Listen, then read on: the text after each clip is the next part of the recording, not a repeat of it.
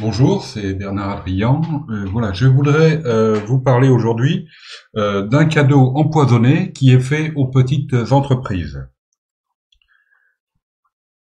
Voilà, donc il s'agit des exonérations et des réductions de cotisations sociales. Donc les entreprises ont deux types de clients assez différents.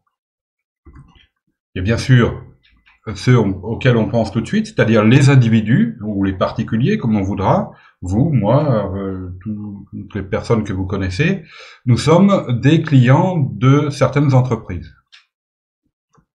Et puis il y a aussi, parmi les clients des entreprises, il peut y avoir d'autres entreprises. Par exemple, une entreprise du bâtiment peut travailler pour un supermarché, pour agrandir le magasin, par exemple, ou alors elle peut travailler pour une autre entreprise du bâtiment, souvent plus grosse, qui lui confie une partie d'un chantier. C'est ce qu'on appelle la sous-traitance. Alors, on va d'abord parler du client entreprise. On va prendre un exemple.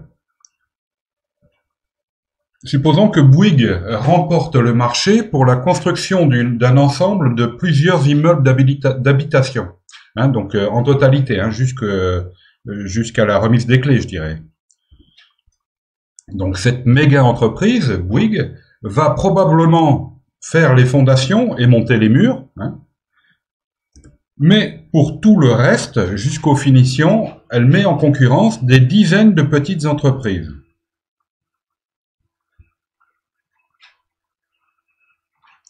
Quel est l'effet de la concurrence sur toutes ces petites entreprises sous-traitantes? Chacune va tenter de remporter le marché.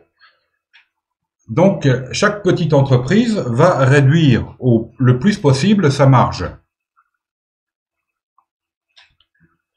Les concurrentes de la petite entreprise, qui sont elles-mêmes aussi des petites entreprises, payent à peu près les mêmes salaires et les mêmes cotisations sociales. Si les cotisations sociales baissent, les petites entreprises baissent toutes leur prix de prestation pour tenter de gagner le marché. Quel est le résultat de cette baisse des prix de prestation? La réduction des cotisations sociales des petites entreprises sous-traitantes profite en réalité aux grosses entreprises et à elles seules. Or, les grosses entreprises profitent déjà de la réduction des cotisations sociales sur leurs propres salariés. Les grosses entreprises en profitent donc deux fois.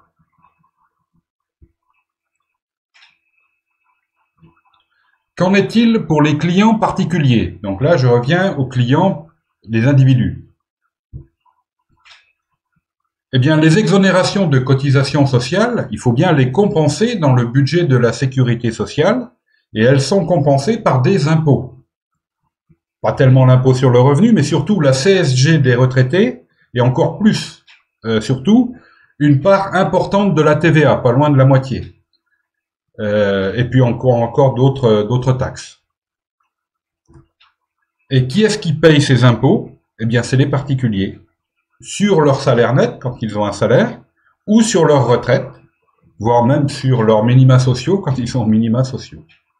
Je parle bien de la TVA, tout le monde la paye, y compris le SDF au coin de la rue qui achète un sandwich, il paye de la TVA. Mais bien sûr, vous en payez beaucoup avec le carburant, par exemple, 20,6%. Voilà, tout ça, il y en a une bonne partie qui va à financer la sécurité sociale à la place des cotisations sociales que les entreprises ne payent plus. Donc, en conclusion, les particuliers sont donc plus pauvres et ont donc moins d'argent pour faire travailler les petites entreprises.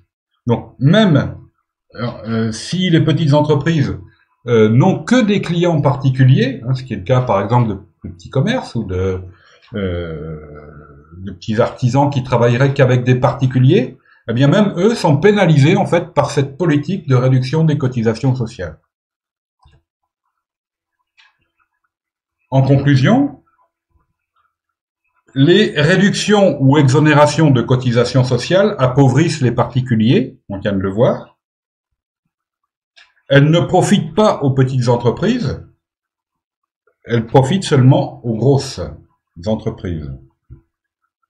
Donc, qu'est-ce qu'il faut faire avec ces exonérations et réductions de cotisations sociales? Tout simplement, il faut les supprimer. Alors, peut-être progressivement, mais il faudra arriver à leur suppression. Merci de votre attention.